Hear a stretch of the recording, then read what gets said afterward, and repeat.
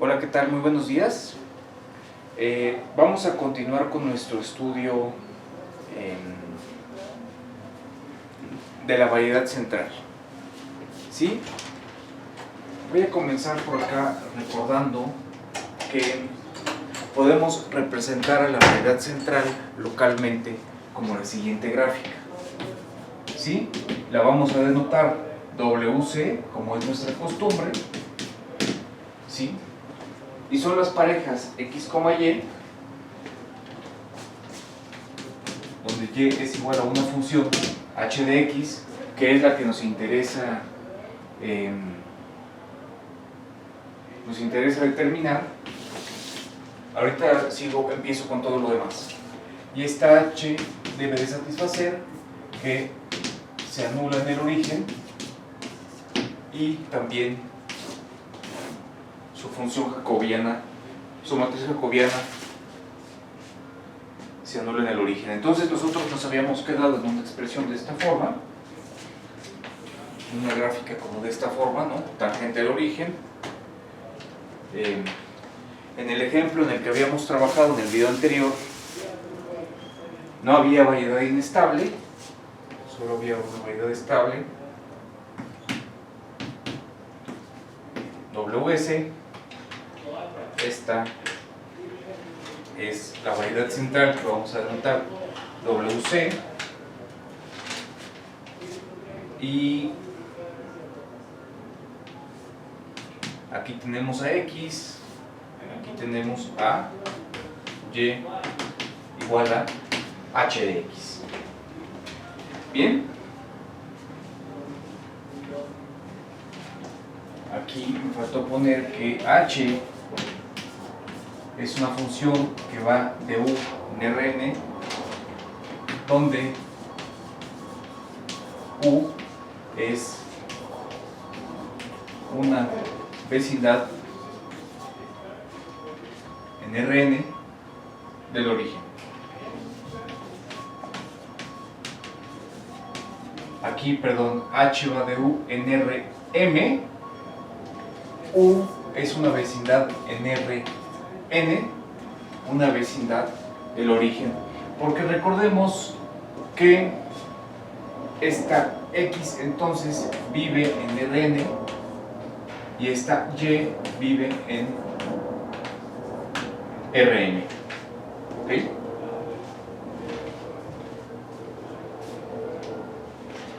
Entonces, vamos a considerar la proyección del campo vectorial sobre Y igual a H de X. Consideremos la proyección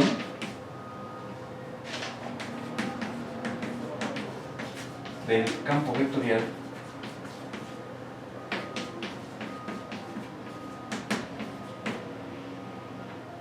sobre esta curva Y igual a H de X en EC. ¿Sí? ¿Quién es EC? Es el subespacio central.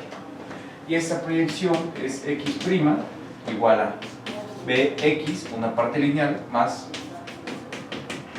un término f de X en H de X. Ajá.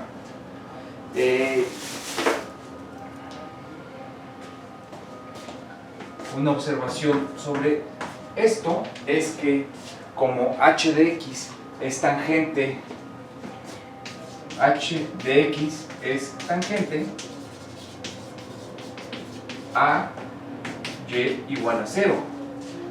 ¿Sí? ¿Quién es Y igual a 0 en este dibujín? Lo pongo en azul. Y igual a 0, ¿sí? También conocido como el eje X, ¿no? Entonces esta cosa es Y igual a 0, eje X, y H de X es tangente a Y igual a 0. ¿Eso qué nos quiere decir? Que las soluciones de esa ecuación nos parecen una buena aproximación del flujo restringido a la variedad central. Y de hecho tenemos este teorema. Este teorema nos dice: si el origen en x' igual a b de x, que es esa proyección, si el origen es localmente asintóticamente estable o inestable, ya saben que voy a borrar el lado derecho, ya saben que entre paréntesis yo pongo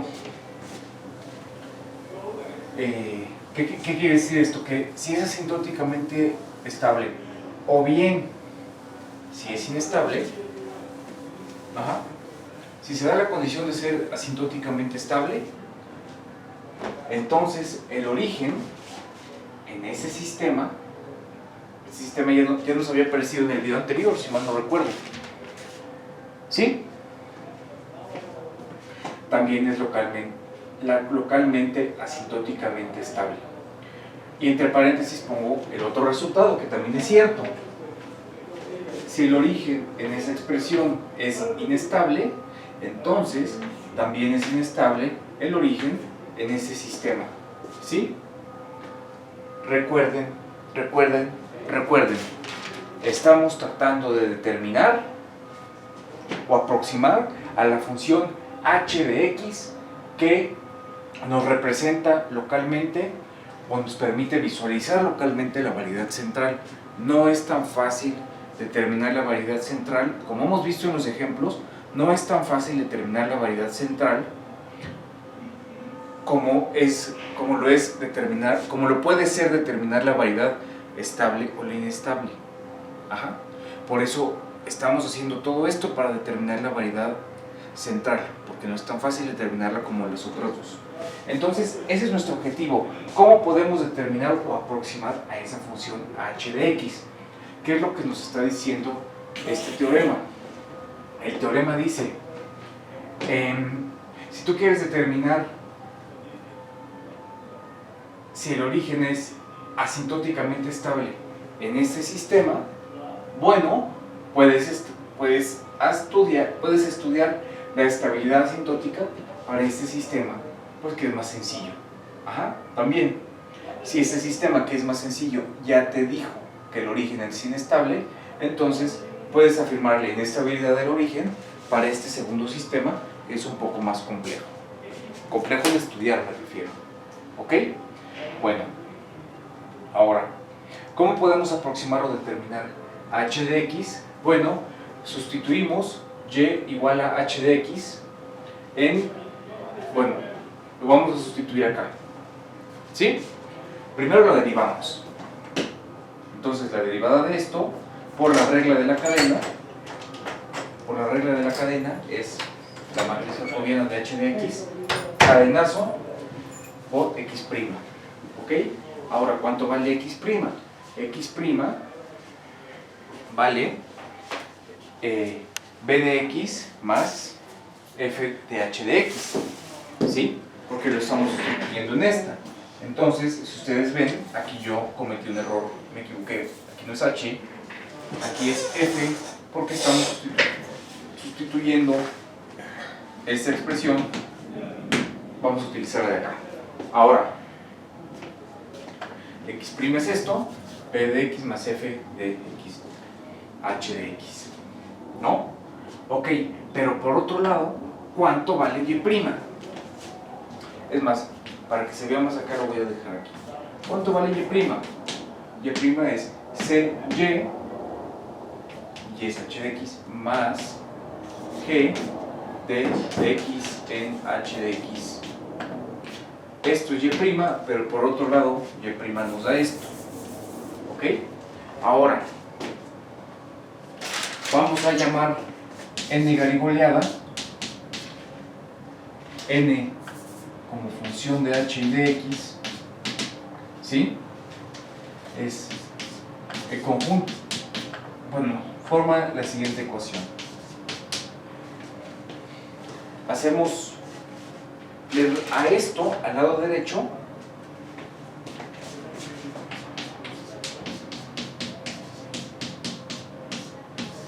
le restamos el lado izquierdo, menos c por h de x menos g de x h de x, y esto que sea igual a 0 con condiciones iniciales que voy a abreviar Cin, que h en 0 sea 0 y que también su matriz jacobiana.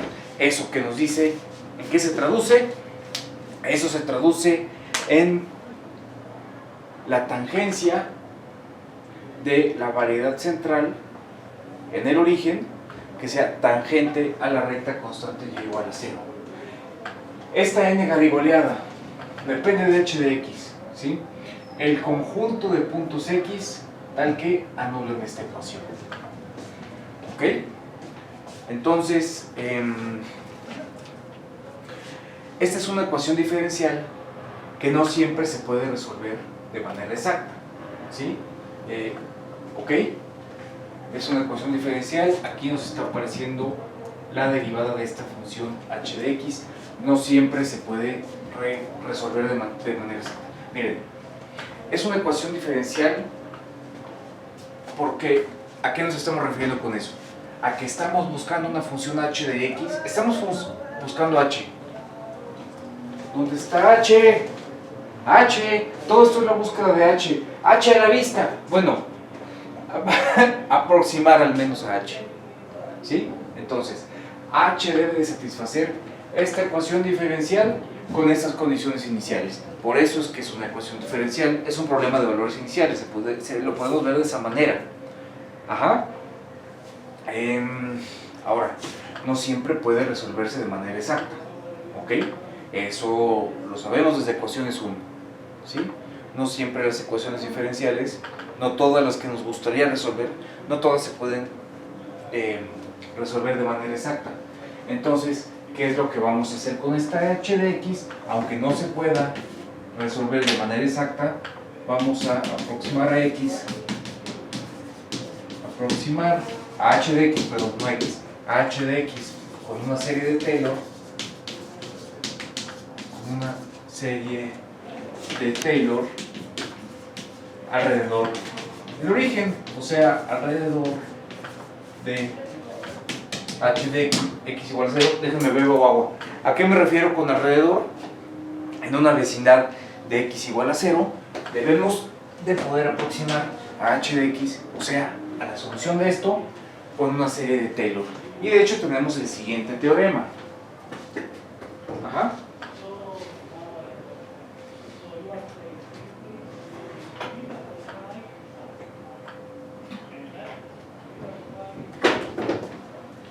Tenemos el siguiente teorema.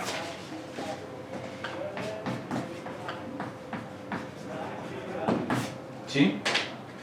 Teorema. Si es posible, vamos a ponerle, si puede encontrarse, si puede, ¿no? Si es posible encontrarse una función phi de x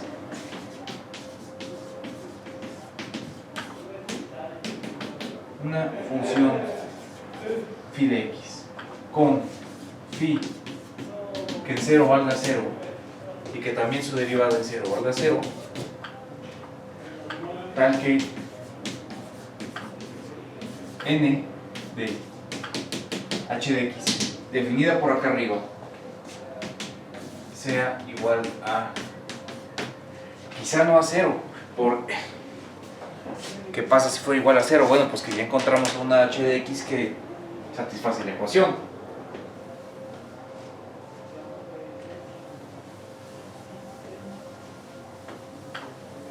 ¿Sí?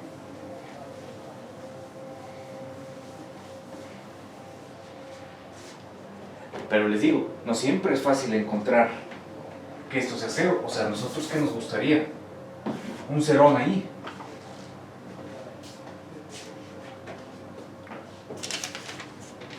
¿Sí? Pero no necesariamente vamos a poder encontrar ese 0. Pero el teorema te dice, tranquilo, es mucho pedir. El resultado que yo te tengo no es necesario encontrar a una h que resuelva exactamente esta ecuación. Yo te pido menos. yo te pido que, aunque del lado derecho no tengas exactamente un 0, con que del lado derecho tú tengas términos de orden x a la p para algún p mayor a 1, eso lo voy a poner aquí, términos de orden x a la p para algún p mayor a 1 cuando la norma de x tiende a 0, entonces h de x, perdónenme, aquí no va h de x, aquí va phi de x. Entonces h de x la podemos aproximar precisamente con esa phi, perdón, escucho ruidos, más términos con x a la p cuando x tiende a 0. ¿Sí? ¿Qué nos quiere decir esto? Pensé que usted era el que estaba haciendo ruido, señor. Pero no, vienen ruidos de allá. Ok. Sí. Perdón, pongo aquí más bonito el cuando x tiende a 0. Y esto me quedó muy apretado.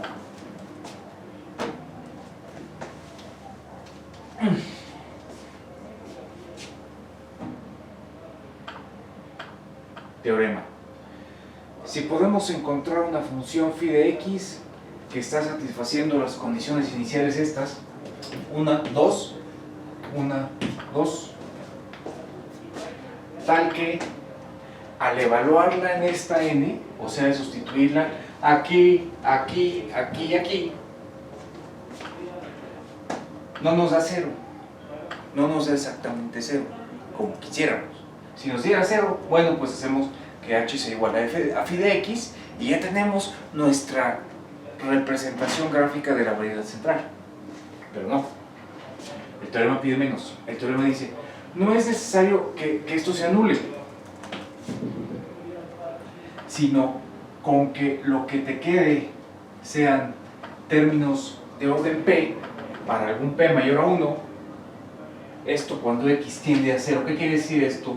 Cuando x tiende a 0, x puede tender a 0 de dos lados. X puede tender a 0 del lado derecho o puede tender a 0 del lado izquierdo. Entonces, para vecindades muy pequeñas, ¿sí? Esta phi de x se representa con términos de orden p. P es mayor a 1. ¿Qué pasa con números reales muy cercanos a 0, sea por la izquierda o sea por la derecha, o sea el módulo, ¿no? ¿Sí? Por ejemplo, algo de la forma menos 1 a la n, cuando n tiende a infinito, que quiere decir menos 1 sobre n tiende a 0 entonces, ¿sí? Si nosotros elevamos algo de la forma menos 1 entre n en valor absoluto, bueno, pues es 1 sobre n a la p. P es mayor a 1, ¿sí? Y cuando x tiende a 0, o sea, cuando n tiende a infinito, ¿esto a dónde se va? Esto converge a 0, ¿sí? Es decir, que phi de x se comporta aproximadón a la función constante 0 en una vecindad de x. O sea, que es casi lo que queremos, ¿sí?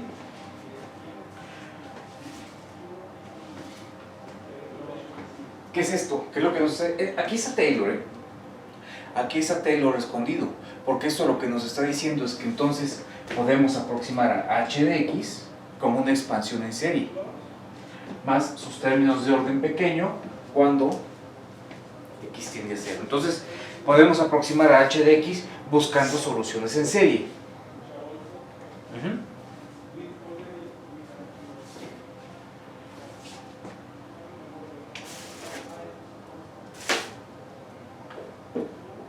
¿Ok?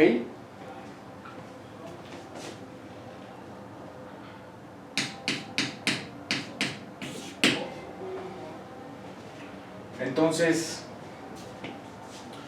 estamos encontrando h de x tal cual que anule la ecuación, pero sí le estamos aproximando por buscando soluciones en serie, ¿sí? Ahora, quiero aquí poner una advertencia. Esta es una advertencia. La expansión en Taylor en series de Taylor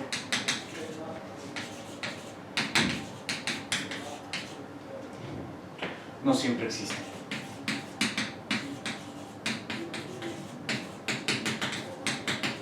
Punto. W de C puede que no sea, o sea, le voy a poner, puede no ser analítica en el origen.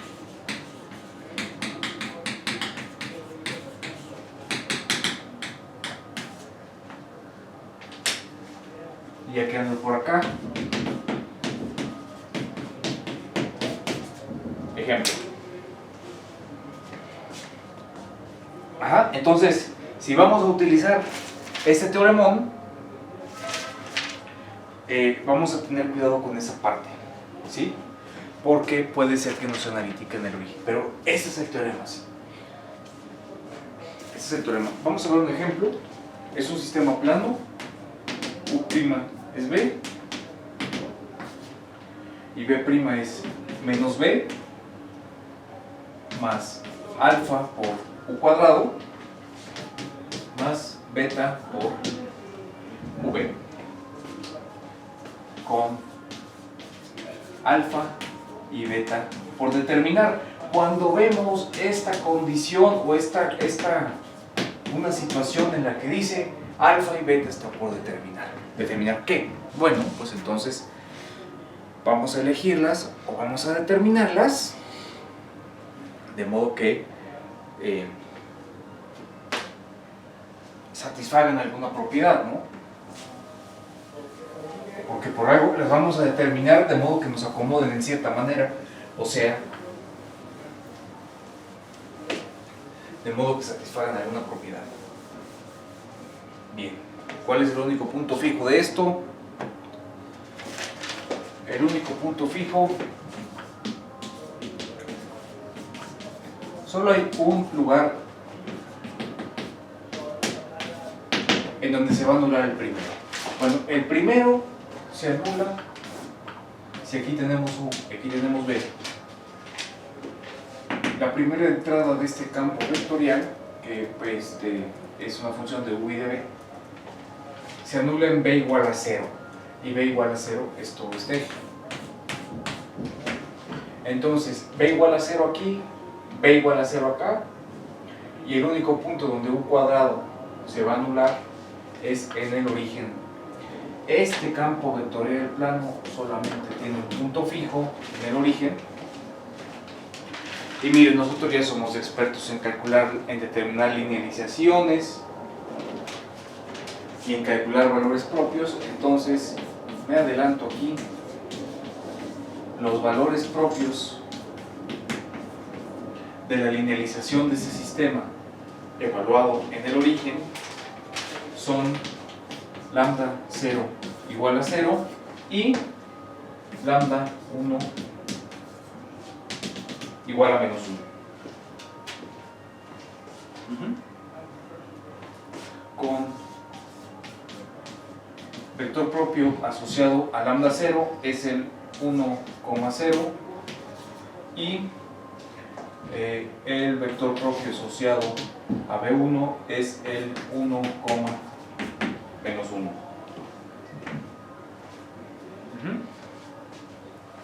Vamos a hacer la transformación transformando U, B, T. Vamos a hacer un cambio de coordenadas, ¿sí? Con ¿quién es la matriz T? Esta matriz T es aquella que sus columnas son los vectores propios asociados a los valores propios. Entonces, esta es nuestra matriz.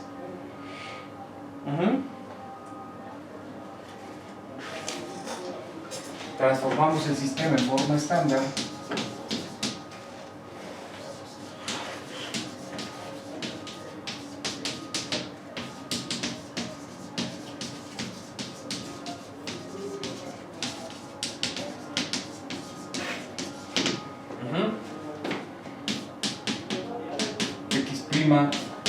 Y' igual a 0, 0, 0, menos 1, xy, más esta matriz T, 1, 0, 1, menos 1,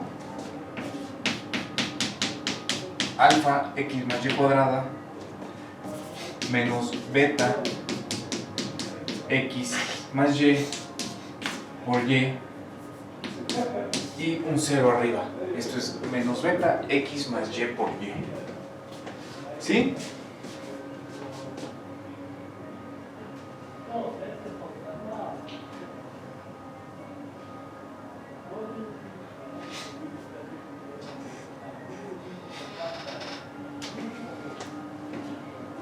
O bien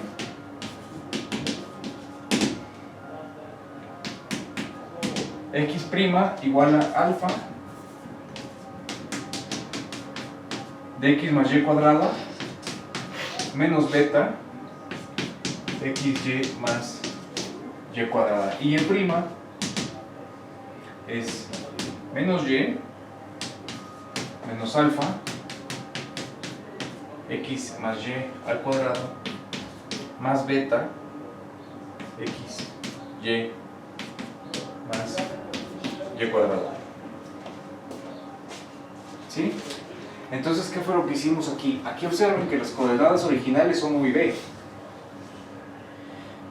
Y estamos transformando u, b con esta matriz T multiplicado x, y. O sea que esto es x más y, y abajo nos está quedando menos y. Esto es lo que sustituimos. U lo enchufamos aquí. ¿Sí? Entonces observen, de aquí u' es x' más y'. ¿Estamos de acuerdo con eso? Ok. Entonces, aquí en la primera entrada tenemos del lado izquierdo tenemos x' más y del lado derecho tenemos a b. ¿Cuánto vale b? b es shalala, b es menos y. ¿Ok? Entonces la primera componente para x' de y debe de ser menos y menos y'. ¿Eso es correcto? 0, 0, y acá tenemos 0 y 1, ¿sí? Alfa x más y cuadrada menos beta de x más y. Bueno, pues ¿qué es lo que nos falta? Nos falta aquí enchufar y'. ¿Sí? Ok. Y sí tiene sentido, ¿no? Porque entonces y' es menos y menos esto, menos y menos esto,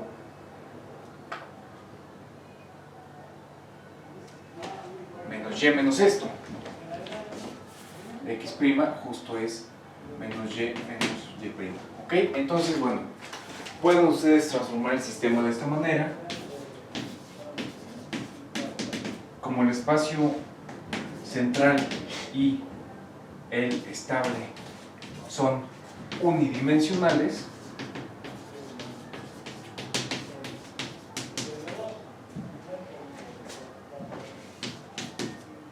la gráfica de h es una función real. Gráfica de h es función real.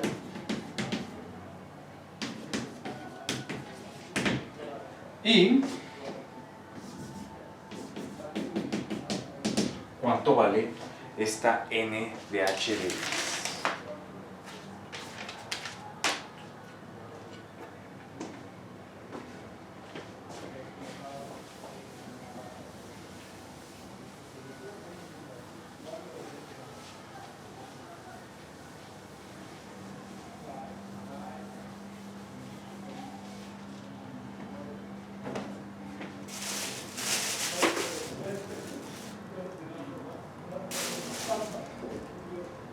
¿Teníamos la expresión de n por ahí? ¿Que alguien me la recuerde? Sí, no la voy a poner, la teníamos en términos generales, pero aquí h de x es unidimensional, entonces yo voy a ir comparando la general con la que tenemos. ¿Quién es la matriz jacobiana para una función real? Pues es la derivada de h. Y luego tenemos bx, aquí quién es, o sea, b mayúscula. Aquí quién es b de x. Nos queda alfa de x más h de x al cuadrado. ¿Sí? Menos beta de x h de x más h al cuadrado de x, cerramos los paréntesis, más una función h de x más alfa de x más x h al cuadrado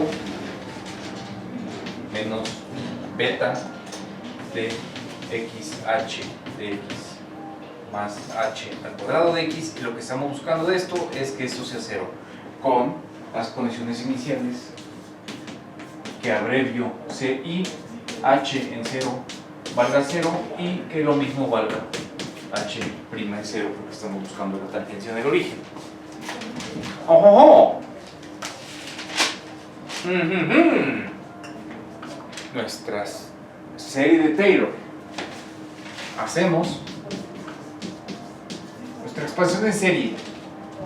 Hacemos que h de x sea igual a x al cuadrado más bx al cubo más punto.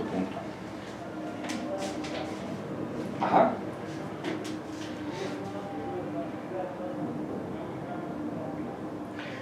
Y la vamos a sustituir en la anterior para determinar los coeficientes a, b y c, porque aquí continúa esto, ¿no? ax al cuadrado más bx al cubo más cx a la cuarta, y ustedes me pueden ayudar a continuar. ¿Ok? Entonces lo vamos a sustituir para poder determinar esos coeficientes a y b. ¿Ok? Entonces, por lo tanto, h de x es menos alfa x al cuadrado más alfa 4 alfa menos beta x al cubo, y ya después ahí le vamos a cortar, ahí le vamos a cortar, y términos de orden 4 o superiores. Y nada más nos vamos a quedar con los términos de orden 2, cuyo coeficiente es menos alfa,